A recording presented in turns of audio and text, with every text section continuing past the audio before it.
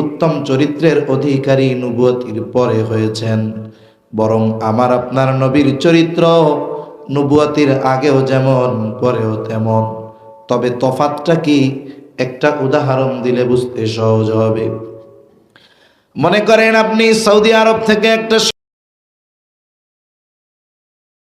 স্বর্ণের বার আনছেন। বার চিনেন? স্বর্ণের চিনেননি? জোরে মুখ দিয়া কন, চিনেন? আমরা না চিন্না থাকতে পারি, আমাদের দেশে স্বর্ণের খনি নাই ঠিক, কিন্তু শাহজালাল বিমানবন্দর। আপনি একটা স্বর্ণের বার এনেছেন, 10 বছর আগে ওই স্বর্ণের বারটা এনে ঘরের মধ্যে রেখে দিলেন। এই 10 বছর ঘরের মধ্যে পড়ে থাকার কারণে 10 বছর পর ওটা যখন বের করবেন, আগের মতো উজ্জ্বলতা থাকবে না। ওইটাকে মনে হবে তামা, পিতল, কাঁসার মতো মনে হবে, কারণ উজ্জ্বলতা হারিয়ে গেছে। বলেন তো, স্বর্ণের উজ্জ্বলতা চলে যাক, কিন্তু তার দাম কি কমে যাবে নাকি? কিছু জিনিস আছে তার দাম কখনো কমে না। এই জন্য অ্যাসেট বলা হয়, মূল সম্পদ হলো স্বর্ণ।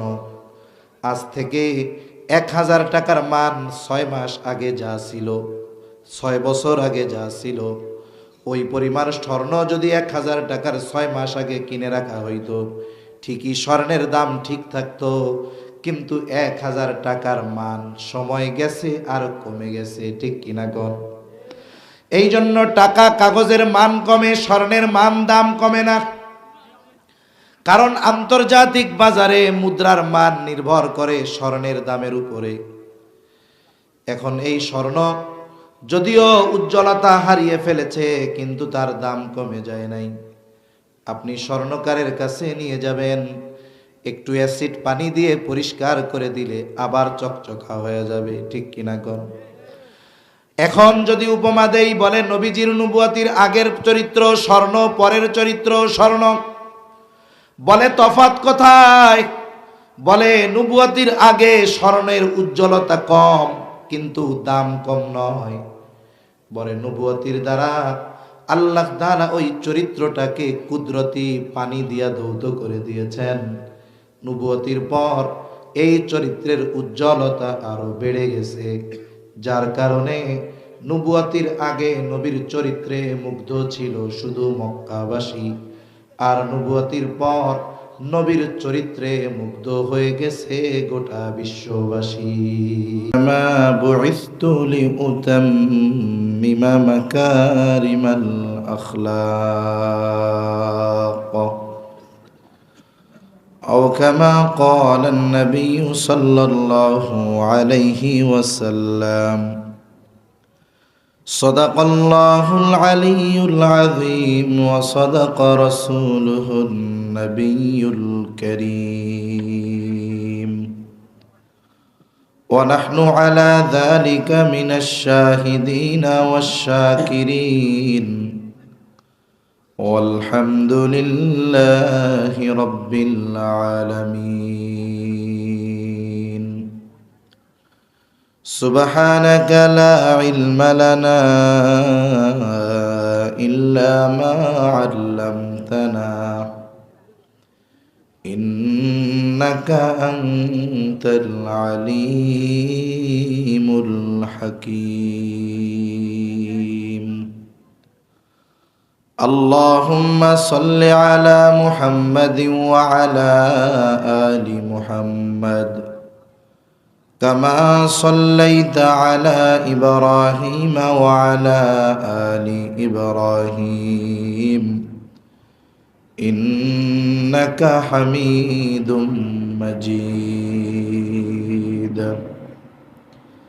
اللهم بارك على محمد وعلى آل محمد كما باركت على إبراهيم وعلى آل إبراهيم إنك حميد مجيد.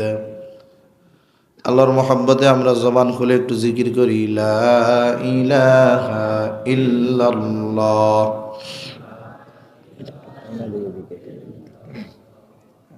ঠিক আছে। লা ইলাহা ইল্লাল্লাহ, লা ইলাহা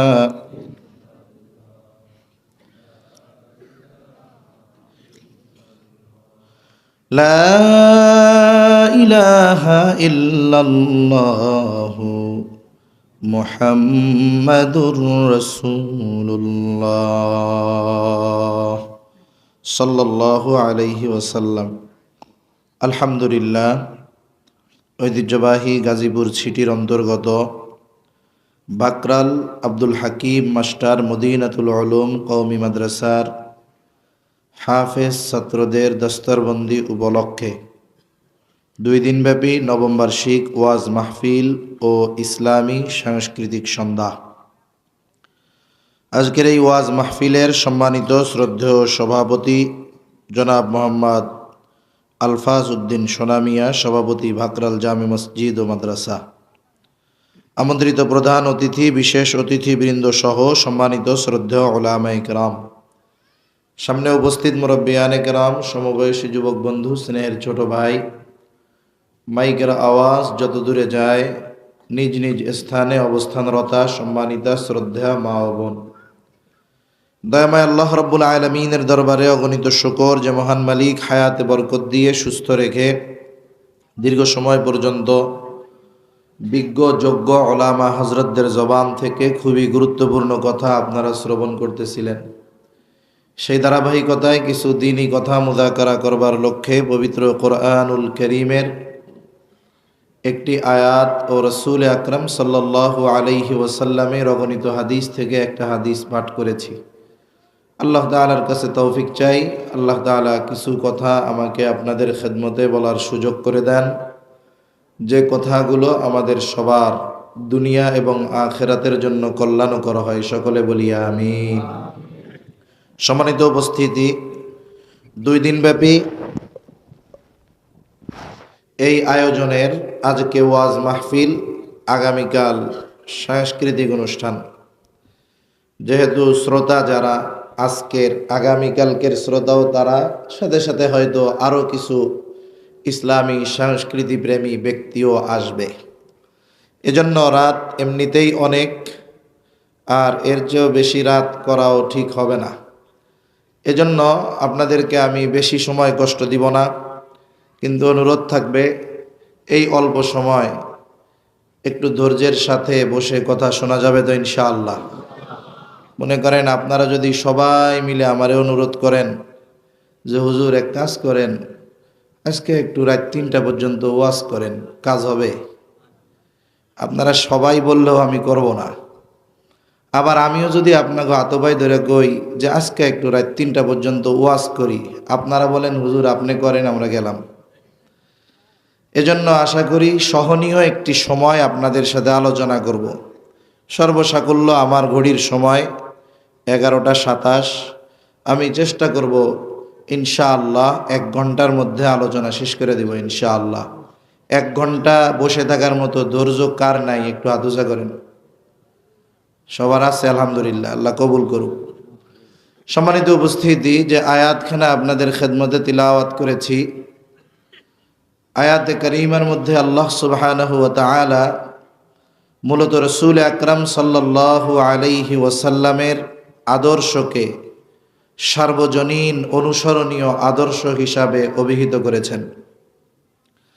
আদর্শ বড় এক জিনিস। আদর্শহীন, উত্তম চরিত্রহীন একটা জাতি কখনো মাথা উঁচু করে দাঁড়াতে পারে না।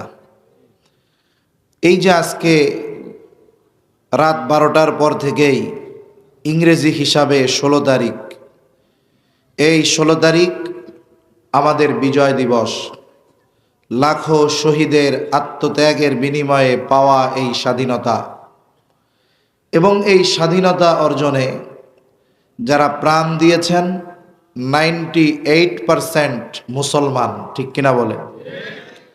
আফসোসের বিষয় দেখেন, আমরা মুসলিম হিসাবে আমাদের আদর্শ হওয়া উচিত ছিল যে আমরা তাদের এই আত্মত্যাগকে স্মরণ করব এমনভাবে যাতে এই মানুষগুলার জন্য কল্যাণ হয়, উপকার হয়। কিন্তু অনেক জায়গায় আমরা দেখি যে অমক শহীদের স্মরণে কনসার্ট, গানের অনুষ্ঠান, ইসলামী সাংস্কৃতিক অনুষ্ঠান, এটার প্রয়োজন আছে। কারণ অপসংস্কৃতিকে রুখে দেওয়ার জন্য সুস্থ সংস্কৃতির দরকার আছে না নাই? এজন্য এই ধরনের ইসলামী সঙ্গীতানুষ্ঠান বলেন, ইসলামী নাশিদ মাহফিল বলেন, এগুলো দরকার। কিন্তু উচিত ছিল কি, আজকে অনেক জায়গায় মাইকে দেখতেছি অলরেডি গান বাজা শুরু হয়ে গেছে শহীদদের স্মরণে। এই যে মানুষগুলো গান বাজাবে, এর দ্বারা বলেন তো একজন শহীদেরও ন্যূনতম কোনো উপকার হবে? মুসলিম হিসাবে আমাদের দরকার ছিল রাষ্ট্রীয়ভাবে এই ঘোষণা করা যে প্রত্যেকটা মসজিদে মাদ্রাসায় যাদের আত্মত্যাগের বিনিময়ে আজকে আমরা স্বাধীনতা পেয়েছি, যারা মুসলমান জীবন দিয়েছে, পুরুষ, নারী, শিশু, বৃদ্ধ, তাদের জন্য আল্লাহ তাআলার কাছে দোয়া করা যে আল্লাহ, যদি তাদের কোনো ভুল ভ্রান্তি থেকেও থাকে মাফ করে আপনি তাদের এই আত্মত্যাগকে কবুল আর মঞ্জুর করে নেন। 3 বার সূরা ইখলাস পড়া যদি তাদের জন্য দোয়া করা হইতো, যে ফায়দা হইতো। আর এত অর্থ ব্যয় করে ফায়দার তো প্রশ্নই আসে না, বরং দেখা যাবে আরও গোনা হবে, ঠিক কিনা বলে? এই জন্য আমাদের বোঝা উচিত যে কার কোনটাতে উপকার বেশি। অন্যরা যা করে করুক, আমরা আমাদের শহীদ ভাইদের জন্য দোয়া করি। ইমানদার শহীদ যারা, আল্লাহ তাআলা এদেরকে শাহাদাতের মর্যাদা দান করুক, জান্নাতে উচ্চ মাকাম দান করুক। মনে রাখতে হবে, দেশপ্রেম এটা মুখ দিয়া সঙ্গীত, জাতীয় সঙ্গীত গাইলেই হয় না। দেশপ্রেম, অনেক দুর্নীতিবাজ, চিটিংবাজ, রাষ্ট্রের টাকা মেরে খাওয়া জালেম শহীদ মিনারে ফুল দিয়ে আসে, নিজেদেরকে দেখায় যে আমরা বড় দেশপ্রেমিক, কিন্তু এইগুলাই দেশকে ধ্বংসের মূল কারিগর, ঠিক কিনা বলে? মনে রাখতে হবে, এই দেশপ্রেমিক যেগুলো, মনে রাখবেন, যেই ব্যক্তির দেশের বাইরে কোনো স্থাপনা আছে, টাকা পয়সা আছে, সিটিজেনশিপ আছে, বাংলাদেশের বাইরে অন্য দেশে, বুঝবেন এগুলো সব বাটপার। এগুলো সব কি? জোরে বলেন, জোরে বলেন, এগুলা কি? ও যে দলের লোক হোক, ও যদি অন্য দেশে ওর সিটিজেনশিপ থাকে, অন্য দেশের নাগরিকত্ব তার যদি থাকে, দ্বৈত নাগরিকত্ব যদি থাকে, ওর পোলাপানরে যদি দেশের বাইরে পড়ায়, ওর পোলাপানরে যদি বিনা কারণে ওর পোলাপান দেশের বাইরে এমনি এমনি ঘুরতে যায়, বুঝবেন এগুলো দেশপ্রেমিক না, এগুলো হলো সব বাটপার, চোর, চিটিংবাজ। সেজন্য সজাগ থাকতে হবে আমাদের। বলেন তো, এদেশের কোন আলেমের দ্বৈত নাগরিকত্ব আছে? পাবেন খুঁজে? আপনাদের মুহতামিম সাহেবের আছে? কারো নাই। এরা যদি দেশপ্রেমিক হতো তাহলে দেশের কল্যাণের চিন্তা করত। এরা কি করে? দেশের টাকা নিয়ে চুরি কইরা বিদেশে সম্পদের পাহাড় গড়ে, আর দেশে এসে কয় আমরা দেশপ্রেমিক, হুজুররা মৌলবাদী, দেশটা গায়া দিল। সেজন্য প্রকৃত দেশপ্রেমিক কারা? কারা বাস্তবে শহীদদের ভালোবাসে, কারা দেশকে মহব্বত করে, এটা তাদের কর্ম চিন্তাধারার দ্বারাই বাস্তবে নির্ধারণ করার দরকার ছিল, ঠিক কিনা বলেন? তা যাই হোক, আমরা তাদের জন্য দোয়া করব, আল্লাহ তাআলা যেন তাদের ভুলভ্রান্তি ক্ষমা করে তাদেরকে শাহাদাতের মর্যাদা দান করে জান্নাতে উচ্চ মাকাম দান করে। জবান খুলে বলি আমিন। তো সম্মানিত উপস্থিতি, রাসূল আকরাম সাল্লাল্লাহু আলাইহি ওয়াসাল্লামের চারিত্রিক আদর্শ আমাদের জন্য গ্রহণ করা দরকার। রাসূল সাল্লাল্লাহু আলাইহি ওয়াসাল্লামের আদর্শ এমন এক আদর্শ, যদি কোনো বেঈমান কাফের নবীজির চরিত্রের অনুসরণ করে তাহলে দুনিয়ার জগতে সে সফল হয়ে যাবে। আবার যদি কোনো ইমানদার রাসূল সাল্লাল্লাহু আলাইহি ওয়াসাল্লামের চরিত্র অনুসরণ করে তাহলে সে দুনিয়া আখিরাত উভয় জগতে সফল হয়ে যাবে। রাসূলুল্লাহ সাল্লাল্লাহু আলাইহি ওয়াসাল্লামের চরিত্র এত সুন্দর যে নবুয়তির পরেই যে আল্লাহ তাআলা নবীজির উত্তম চরিত্রের ঘোষণা দিয়েছেন বিশ্বতির বহু আগে, মক্কার কাফেররা আমার আপনার নবীজির চরিত্রে মুগ্ধ হয়ে নবীজির উপাধি তারা দিয়েছে আল আমিন, আস সাদিক। আমার আপনার নবীজির চারিত্রিক বৈশিষ্ট্যগুলোর মধ্যে অন্যতম একটি বৈশিষ্ট্য হলো নবীজির নবুয়তির পরে আল্লাহ তাআলা যত কিছু হারাম করেছেন, শরীয়তে ইসলামে যত কিছু হারাম করা হয়েছে, এমন কোনো কাজ নবীজির দ্বারা নবুয়তির আগে কখনো সংগঠিত হয় নাই। নবুয়তির পরে অনেক জিনিস আছে নবুয়তির পর পর হারাম হয় নাই, অনেক পরে হারাম হয়েছে। যেমন মদ, নবুয়তির পর পর আল্লাহ তাআলা হারাম করেন নাই। মদ আল্লাহ তাআলা 4 ধাপে হারাম করছে। কয় ধাপে? 4 ধাপে। নবুয়তির পরেও অনেক সাহাবায়ে কেরাম মদ পান করতেন। কেন? বলে নবুয়তির পর পর মদ হারাম ঘোষণা করা হয় নাই। নবুয়তির পরে তো বহুদূর। আমার আপনার নবী নবুয়তির আগে কেউ একথা বলতে পারবে না কোনোদিন মদ পান করেছেন, তো এটাও বহুদূর।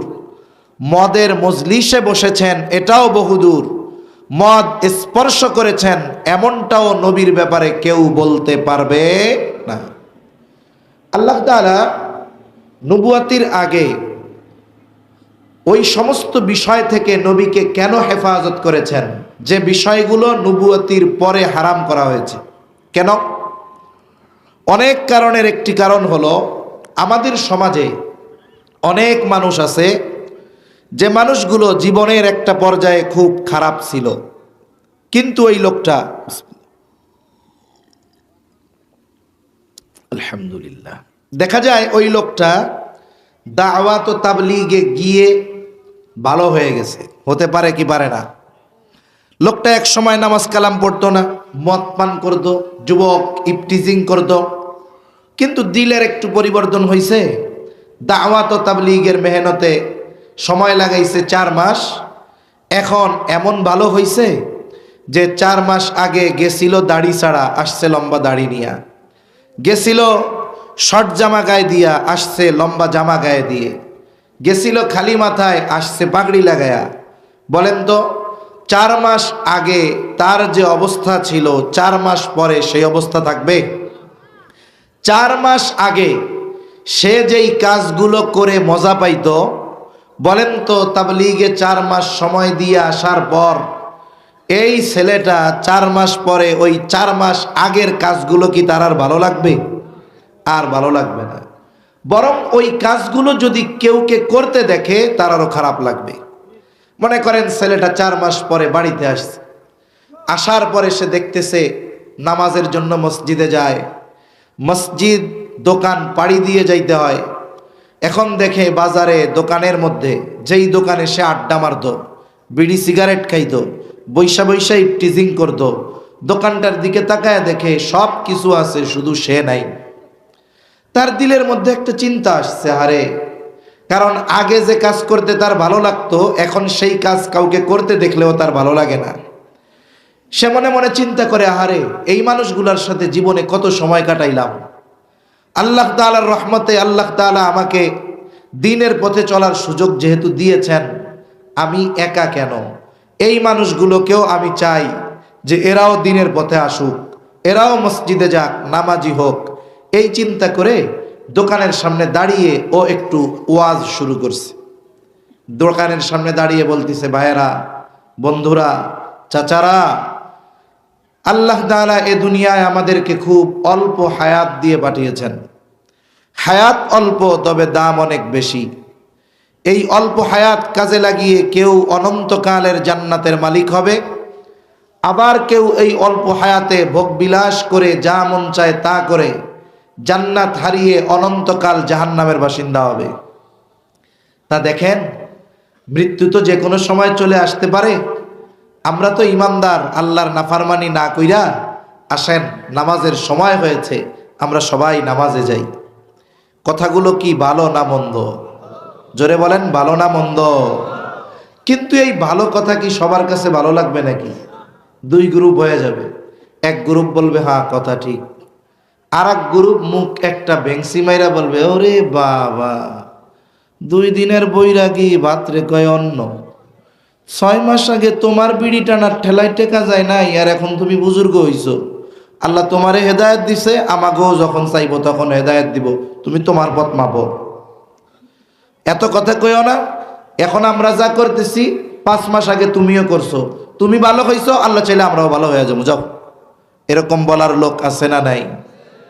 আরে আল্লাহ তাআলা চান না যে আমার আপনার নবী দাওয়াত দিবে যে এই মদ হারাম, আর কেউ নবীর উপরে এই কথা বলবে, মুহাম্মদ তুমিও তো কয়দিন আগে মদ পান করছিলা। নবী বলবে গান বাদ্য হারাম, বাদ্যযন্ত্র বাজানো যাবে না, কেউ যেন না বলতে পারে তুমিও তো কয়দিন আগে বাদ্যযন্ত্রের মজলিসে বসছিলা। তার মানে আল্লাহ তাআলা ইসলামে যত কিছু হারাম করেছেন, হোক সেটা কোরআনুল কারীমে, হোক সেটা নবীজির মাধ্যমে, কোনো ধরনের এই নিষিদ্ধ কোনো কাজ নবুয়তির আগে আমার আপনার নবীর দ্বারা আল্লাহ সংগঠিত হতে দেন নাই। হেফাজত করছেন কেমনে আল্লাহ তাআলা আমার আপনার নবীকে? নবীজি বলেন, আমি তখন বালক, মক্কার মধ্যে বড় একটা বিবাহ অনুষ্ঠান, সবার দাওয়াত দিছে। মনে করেন অনেক সময় হয় না, গ্রামের সবচাইতে সম্ভ্রান্ত প্রভাবশালী ব্যক্তির বাড়িতে অনুষ্ঠান, গ্রামের সবাইরে দাওয়াত দিছে। ওই রকম মক্কায় এক প্রভাবশালীর ব্যক্তির বাড়ির বিয়ার অনুষ্ঠান, মক্কার সবাইকে দাওয়াত দিয়েছে। দাওয়াত রাতের বেলা খাবার দাবারের পরে মূল আকর্ষণ হলো সারা রাত ব্যাপী নাচ গানের অনুষ্ঠান হবে। সারা রাত ব্যাপী নাচ গানের অনুষ্ঠান হবে মূল আকর্ষণ। সবাই প্রস্তুতি নিয়ে গেছে। খাবার দাবারের পর সবাই অপেক্ষা করতেছে কোন সময় ডাক আসবে নাচ গানের অনুষ্ঠানের। ইতিমধ্যে একজন ঘোষণাকারী ঘোষণা করতেছে, এই তাড়াতাড়ি ওই জায়গায় তোমরা সবাই জড়ো হও, ওইখানেই আমাদের মূল আকর্ষণ নাচ গানের অনুষ্ঠান শুরু হবে। ঘোষণা দিতে দেরি, দৌড়িয়ে লোকজন হুড়মুড় করে কে কার আগে গিয়ে বসতে পারে এই চিন্তা করতেছে, কারণ আগে বসলেই তো ভালো মতো দেখা যাবে, শোনা যাবে, ঠিক কিনা বলেন? অনেক জায়গায় মাহফিলগুলোতেও এরকম হয়। আপনারা তো আলহামদুলিল্লাহ ভালো, সব মোটামুটি মিশা মিশা বইছেন। কত জায়গায় দেখা যায় 15 বার বললেও সামনের ফাঁকা জায়গা পূরণ করে বসে না, আছে না এরকম? এরকম আছে না, যে বলে যে আসেন সামনের ফাঁকা জায়গা পূরণ করে বসেন, সবাই শুনে, 2-1 জন ছাড়া কেউ জায়গার থেকে নড়ে না, আছে না এরকম? কন্যা আছে। তা আমি মাঝে মধ্যে চিন্তা করি যে হুজুররা ওয়াজ করতেছে, করবে, আমরাও কিছু কথা বলবো, যেই মানুষগুলারে 15 বার কইয়া 3 হাত পেছন থেকে 3 হাত সামনে আনা যায় না, এই হুজুর এই লোকগুলারে ওয়াজ কইরা কি সুদ ছাড়ানো যাবে, ঘুষ ছাড়ানো যাবে, বেপরদাগিরি ছাড়ানো যাবে? যেই হুজুর 15 বার কইল যে একটু পিছনেরতে সামনে আসেন, এই হুজুরের কথায় 3 হাত সামনে আসে না, আর সে সুদ ছেড়া দিব, ঘুষ ছেড়া দিব? এটা আমি মাঝে মধ্যে চিন্তা করি আর কি। সেই চিন্তাটা আপনাদের সাথে একটু শেয়ার করলাম। তো সবাই দৌড় শুরু করছে, কে কার আগে গিয়ে বসবে আর কাছের থেকে নাচ গান উপভোগ করবে। নবীজির সাথে যারা ছিল, নবীজি তো বালক, ছোট মানুষ তখনও, ওরা বলতেছে মুহাম্মদ তাড়াতাড়ি চলো, তাড়াতাড়ি চলো, আগে না গেলে দেখতে পারবো না, শুনতে পারবো না। নবীজি বলে, ওরা তো আমারে ডাকতেছে, কিন্তু আমার গোটা দেহ ঘুমে অবশ হয়ে আসতেছে, 2 চোখ জুড়ে ঘুম চলে আসতেছে। তা আমার এই অবস্থা দেখে ওরা আমাকে রেখে ওরা চলে গেছে, ওরা নাচ গান শুনতে চলে গেছে অনুষ্ঠানে।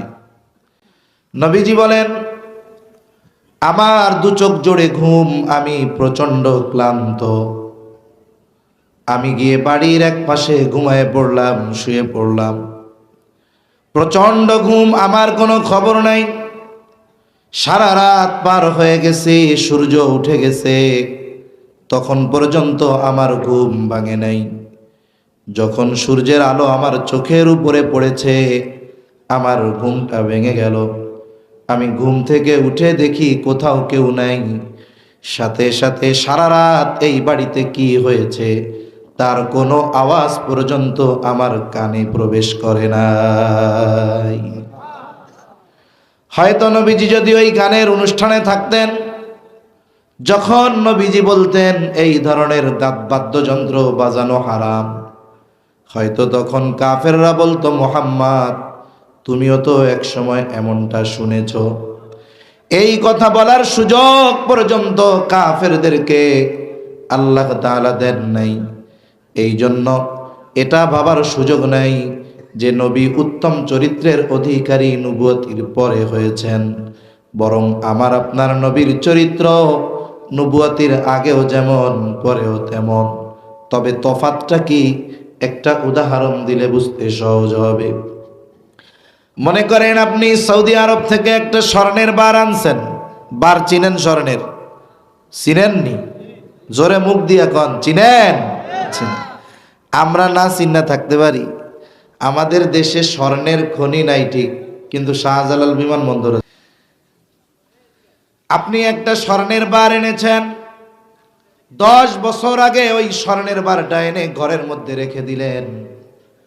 এই 10 বছর ঘরের মধ্যে পড়ে থাকার কারণে 10 বছর পর ওটা যখন বের করবেন আগের মতো উজ্জ্বলতা থাকবে না।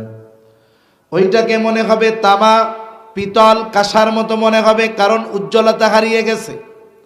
বলেন তো স্বর্ণের উজ্জ্বলতা চলে যাক, কিন্তু তার দাম কি কমে যাবে নাকি? কিছু জিনিস আছে তার দাম কখনো কমে না। এই জন্য অ্যাসেট বলা হয়, মূল সম্পদ হলো স্বর্ণ। আজ থেকে 1000 টাকার মান 6 মাস আগে যা ছিল, 6 বছর আগে যা ছিল, ওই পরিমাণ স্বর্ণ যদি 1000 টাকার 6 মাস আগে কিনে রাখা হইতো, ঠিকই স্বর্ণের দাম ঠিক থাকতো। কিন্তু 1000 টাকার মান সময় গেছে আর কমে গেছে, ঠিক কিনা কর? এই জন্য টাকা কাগজের মান কমে, স্বর্ণের মান দাম কমে না। কারণ আন্তর্জাতিক বাজারে মুদ্রার মান নির্ভর করে স্বর্ণের দামের উপরে। এখন এই স্বর্ণ যদিও উজ্জ্বলতা হারিয়ে ফেলেছে, কিন্তু তার দাম কমে যায় নাই। আপনি স্বর্ণকারের কাছে নিয়ে যাবেন, একটু অ্যাসিড পানি দিয়ে পরিষ্কার করে দিলে আবার চকচকা হয়ে যাবে, ঠিক কিনা কন? এখন যদি উপমা দেই, বলে নবীজির নবুয়তির আগের চরিত্র স্বর্ণ, পরের চরিত্র স্বর্ণ। বলে তফাৎ কোথায়? বলে নবুয়তির আগে স্বর্ণের উজ্জ্বলতা কম, কিন্তু দাম কম নয়। বলে নবুয়তির দ্বারা আল্লাহ তাআলা ওই চরিত্রটাকে কুদরতি পানি দিয়া ধৌত করে দিয়েছেন। নবুয়তির পর এই চরিত্রের উজ্জ্বলতা আরো বেড়ে গেছে, যার কারণে নবুয়তির আগে নবীর চরিত্রে মুগ্ধ ছিল শুধু মক্কাবাসী, আর নবুয়তির পর নবীর চরিত্রে মুগ্ধ হয়ে গেছে গোটা বিশ্ববাসী। জিনিস এক। ভাই ভোকালটা একটু ব্যাস একটু কমায় টোন বাড়াবেন, আওয়াজটা টন টন করবে, আর কিছু লাগবে না। তাহলে নবুয়তির আগে মুগ্ধ ছিল মক্কাবাসী, নবুয়তির পরে মুগ্ধ হইছে বলেন কি বিশ্ববাসী। রাসূলুল্লাহ সাল্লাল্লাহু আলাইহি ওয়াসাল্লামের চরিত্রে মক্কাবাসী কেমন মুগ্ধ হয়েছে? বলে মক্কাবাসী নবুয়তির পর বারবার আমার আপনার নবীকে হত্যার অপচেষ্টা করেছে, কিন্তু কখনো নবীর চরিত্রের ব্যাপারে অপবাদ দেওয়ার দুঃসাহস করতে পারে নাই। মানুষ মানুষের থেকে ঠেকানোর জন্য অপর মানুষকে চরিত্রের ব্যাপারে আঘাত করে বারবার। একটা ভালো মানুষ, জনপ্রিয় মানুষকে হেনস্থ করার জন্য, মানুষের চোখে খাটো বানানোর জন্য, ছোট বানানোর জন্য ওই মানুষগুলোর চরিত্রের উপরে আঘাত করা হয়। কারণ একটা মানুষের চারিত্রিক ত্রুটি যদি মানুষ খুঁজে পায়, তাহলে ওই মানুষের উপর থেকে অন্যান্য মানুষের ভালোবাসা মহাব্বত কমে যেতে থাকে।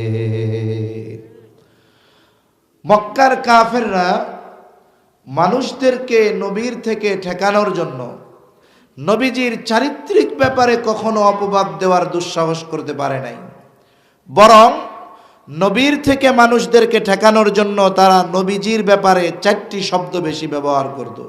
কয়টা শব্দ? জোরে বলেন না, কয়টা শব্দ? আপনাদের কি কোনো সমস্যা কথা বলতে? একটু তাকবীর দেন, নারায়ে তাকবীর। এই আওয়াজটা বাড়ান আরো, নারায়ে তাকবীর। একটু জবাব দিবেন। আপনাদেরকে তো আমি এমন কিছু জিজ্ঞাসা করব না যেটা জানেন না। আমিও এত বলদ না যে একজনরে দাঁড়া করে কমু যে ভাই দাঁড়াইয়া নামাজ ভাঙার 19টা কারণ কোন তো, এই আপনারা জিজ্ঞাসা কইরা আপনার চাইতে আমি বেশি লজ্জায় পড়তে পারি। এজন্য জিজ্ঞাসা তো ওইটাই করব যেটা আপনাদের একবার বলছি। এখন আবার বলতে পারেন হুজুর যেটা বললেন সেটা আবার জিজ্ঞাসা করার দরকার কি? জিজ্ঞাসা করতে এই কারণে করব যে আপনারা অ্যাটেনশন আছেন কিনা, আপনাদের মনোযোগ আছে কিনা এটা দেখার জন্য।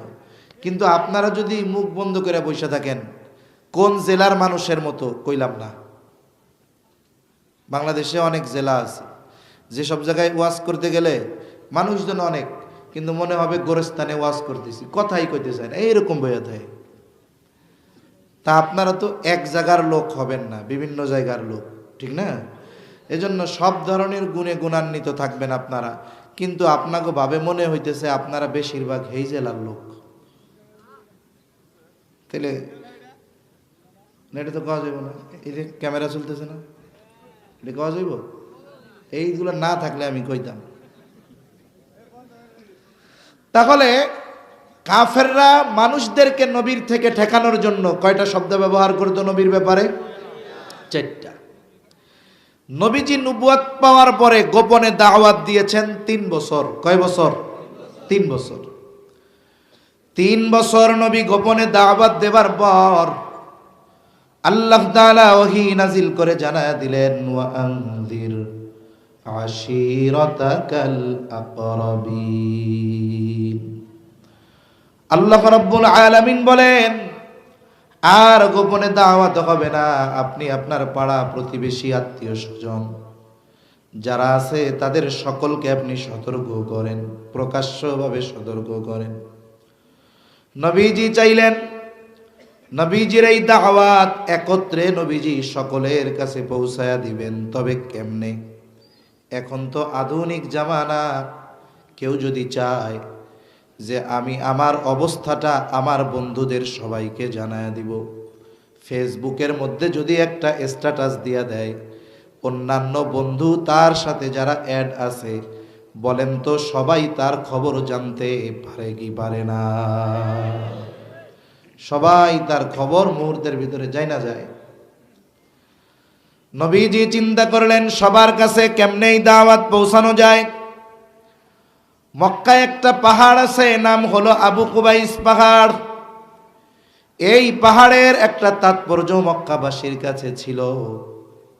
যদি কোনো ব্যক্তি, হোক সে আরবি হোক সে অনারবি, হোক সে দরিদ্র হোক সে ধনী, হোক বা পরিচিত হোক অপরিচিত, যে কোনো ব্যক্তি যদি ওই আবু কুবাইস পাহাড়ের উপরে উঠে মক্কাবাসীর কাছে কোনো বিষয়ে সাহায্য চাইতো, মক্কাবাসী ব্যক্তির দিকে খেয়াল না করে ওই পাহাড়ের উপরে যেই উঠে সাহায্য চাইতো, মক্কাবাসী তার সাহায্যার্থে ছুটে আসতো, তার ডাকে তার কাছে ছুটে আসতো।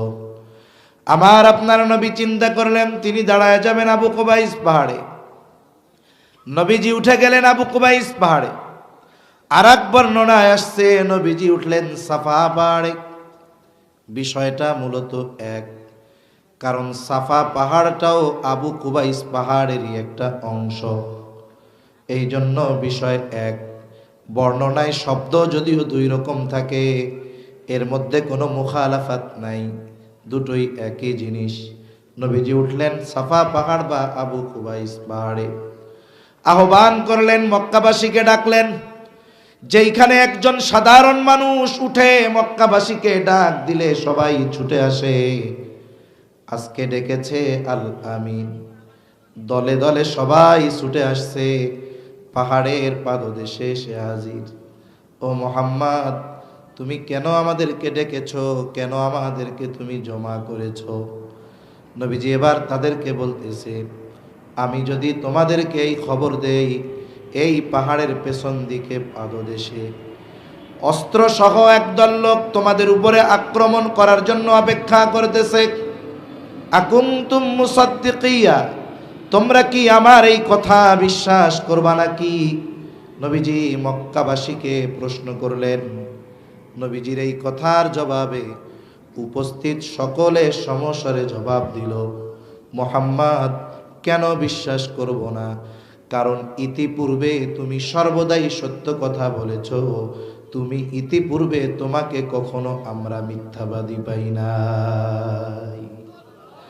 তোমার এই গোটা 43 বছরে তুমি কোনোদিন মিথ্যা কথা বলো নাই, তুমি সত্য কথাই বলছো। আর আজকে যা বলতেছো এটা মিথ্যা হইতে পারে? একটা জিনিস চিন্তা করেন, একটা মানুষ তার ব্যাপারে তার পরিচিত মানুষরা সাক্ষ্য দিচ্ছে যে গোটা 43 বছরে তুমি একটা মিথ্যা কথা বলো নাই। আমি মুখ দিয়ে বললাম, আমার জন্য বলতে কষ্ট লাগে নাই, আমরা শুনলাম, শুনতে কষ্ট লাগে নাই। কিন্তু এই হায়াতের একটা দিন, দুইটা দিন পরিপূর্ণভাবে মিথ্যা থেকে বেঁচে থাকা আমাদের জন্য অনেক কঠিন, ঠিক কিনা বলো? রাসূলুল্লাহ সাল্লাল্লাহু আলাইহি ওয়াসাল্লাম এবার প্রকাশ্যে দাওয়াত শুরু হয়ে গেল। জাহেলিয়াতের সময়, ওই সময়ও প্রতি বছর হজ অনুষ্ঠিত হইত। পৃথিবীর বিভিন্ন প্রান্ত থেকে মানুষেরা হজ করার জন্য ছুটে আসতো।